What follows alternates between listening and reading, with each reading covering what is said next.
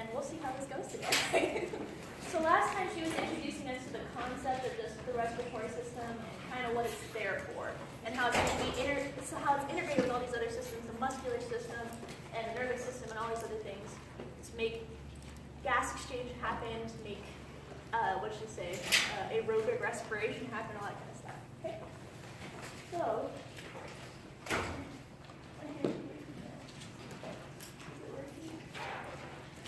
Okay. So when we look at the respiratory system, it's kind of divided up. Can you guys hear me okay? I know I kind of yell. Can you hear me back there, Alicia? Do you want me to use that speakery thingy, or should I just yell louder? All right. I'm going to be a little louder. Is that okay? All right.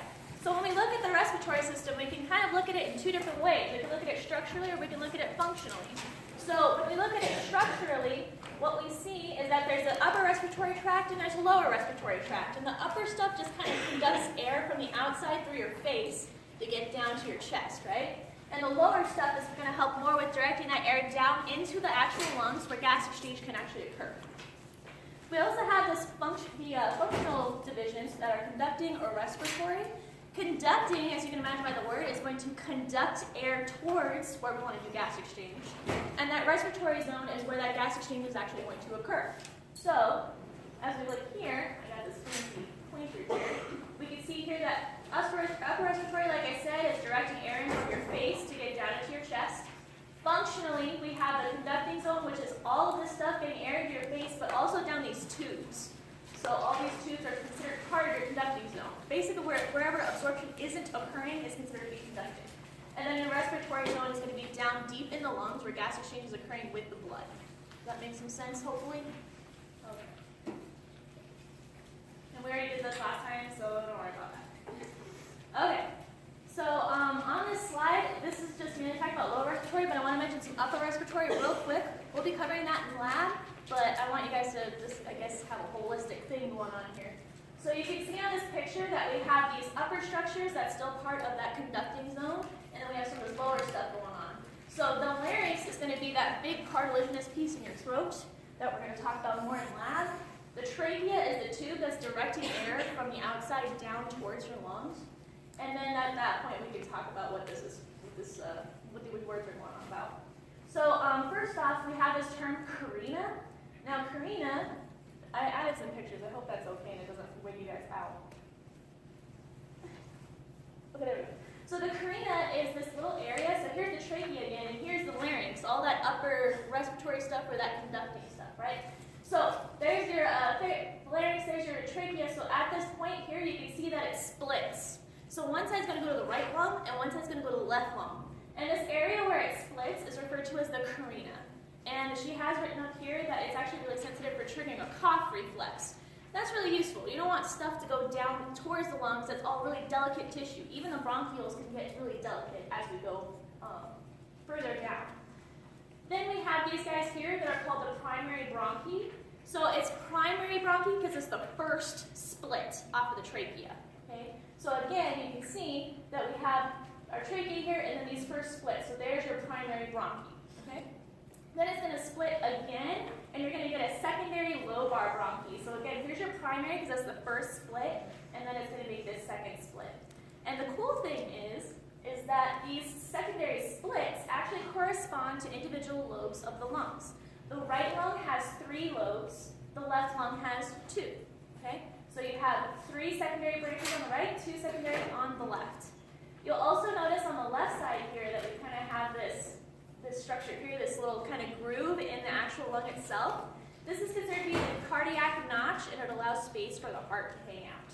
So anyway, after we have this secondary split, the bronchi continue to split, and they get smaller and smaller and smaller until finally they actually terminate in individual alveoli, and the alveoli are going to be these simple squamous sacs where the exchange with blood actually occurs. Okay? And yeah.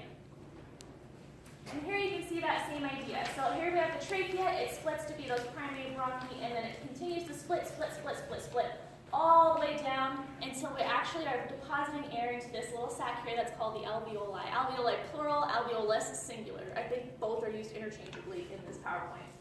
And you'll notice that up here where the tubes are bigger, that we have these cartilaginous rings surrounding them to provide some structure, right? And then as we go down, those rings change. So rather than these completed rings that we see like in the trachea and the primary bronchi, we see these cartilaginous plates instead. And they kind of become more sparse as you go down. And then as you continue down, that's going to be replaced with smooth muscle. So does anybody in here have asthma? Okay. So asthma has a lot to do with that smooth muscle reacting inappropriately to your environment. What it's doing is it's going to constrict these lower tubes down here so that air can't get from here, the conducting zone, down into the respiratory zone. So that's why you take drugs like histamine and whatnot to loosen up those muscles. And here she has this really cool picture where we see a bronchiole. A bronchiole, I didn't define it, but it's just a small bronchi. Bronchi is like the bigger tube, bronchiole is smaller. But here's this cool picture that's a cross section, and you can see that there's this big smooth muscle that's really thick, and that is constricted. And here you can see it's more open, going to allow more airflow, okay? The interesting thing is that your autonomic nervous system, actually to dilate your bronchioles, you're activating your sympathetic system, which might seem a little antithetical to what you knew before, because the sympathetic nervous system is responsible for vasoconstriction or vasodilation? Do you guys remember? Sympathetic is like fight or flight, right? So sympathetic is the fight part. So do you want to have vasoconstriction or vasodilation? You want, yeah, exactly, right? So you're going to have that vasoconstriction. But it's the opposite in the lungs. We're going to be dilating our bronchioles so we can have more air delivery into the alveoli, right?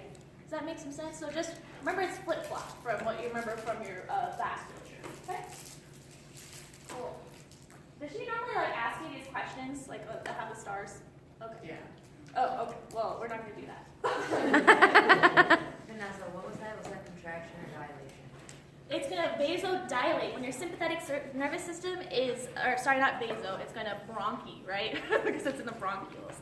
So when you are in a nervous situation, when you got to run somewhere because you're running away from something, or you got to fight somebody and engage them, you want to have as much air as possible going into the respiratory zone. So you're going to have that bronchodilation. It's going to open up. Does that make sense? I might have misspoke. Okay. Good question. All right. So then here, we just talk a little bit more about the lungs. So she's still, we're not talking about gas exchange yet. We're talking about just the lungs themselves. So obviously we have a right and left lung. She helpfully has here that each lung is separated from each other by the heart, right, in the middle. And you'll see that when you guys look at the models. And then surrounding the lungs, we actually have a serous membrane. You guys might recall this even from lab. We talked about how there's these cavities and that there's these double-layered serous membranes that surround each kind of organ in each system, right? So in this case, for the lungs, we actually have two membranous layers, one that adheres tightly to the lung and one that adheres to the inside of your thoracic cavity.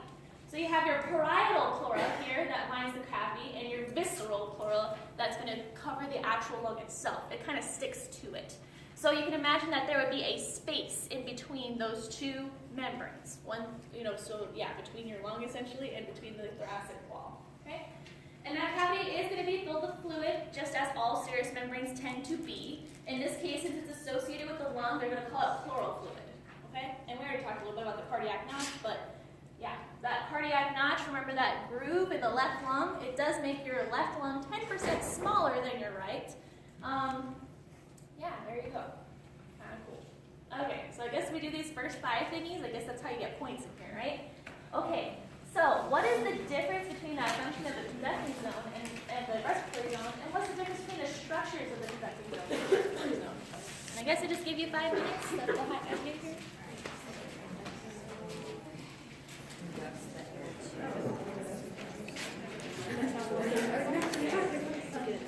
Sounds like maybe I know what it is.